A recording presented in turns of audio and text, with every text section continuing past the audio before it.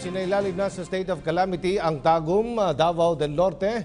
Kaugnay pa rin ng pagbaha dulot ng tail end of a cold front. May report si Kirby Cristobal mula dyan sa Davao del Norte at parte ng Compostela Valley Province. Ang lokal na pamahalaan ng Tagum, Davao del Norte ang state of calamity dahil matapos sa tamaan ng matinding pagbaha dulot ng tuloy-tuloy na pag-ulan, dala ng tail end of a cold front. 2 linggo nang nakakaranas ng patuloy na pag-ulan ng lungsod ng Tagum kabilang na mga kalapit na lugar dahil sa sama ng panahon.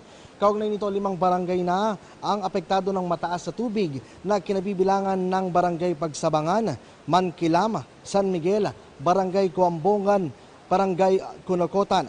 Ayon kay Tagum City Mayor Alan Relion, mahigpit silang nakamonitor sa epekto ng sama ng panahon at nakaalerto ang buong LGU para tumugon.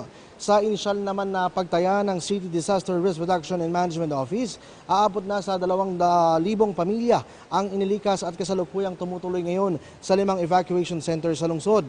Kaugnay naman yan, eksklusibo namang nakasama ang PTV News Team sa isinagawang rescue operations ng CRRMO Rescue Unit sa Barangay Pagsabangan.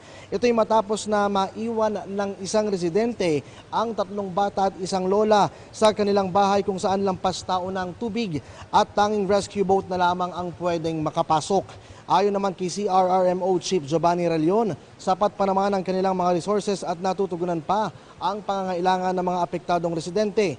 Wala pa rin naitatalang casualties sa lugar dahil na rin sa pagiging maagap ng lokal na pamahalaan at masunurin ng mga residente.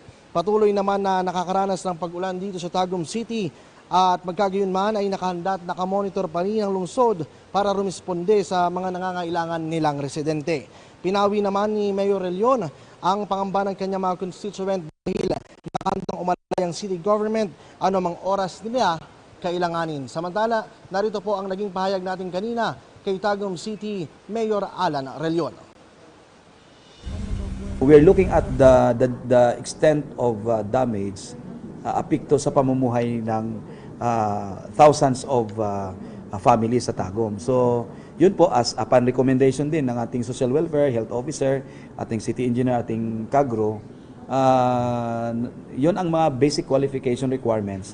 Kaya po madali pong naipasa ng sanggunian na maideklara. So we can make use now of our 5% calamity fund and yung mga ready namin naka-standby na ng mga food ay muntik na kasing maubos kaya we have to replenish it. So now we can purchase na ng mga additional food para sa relief services na maibigay sa kanila.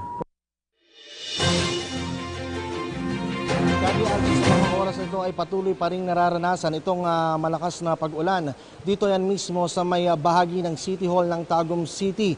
At magkagayon man ang banggit sa atin ng CRRMO ay mahigpit silang nakatutok doon sa mga posibleng mangyari dito sa kanilang lungsod. So yan ang update natin mula pa rin dito sa Tagum City, Davao del Norte.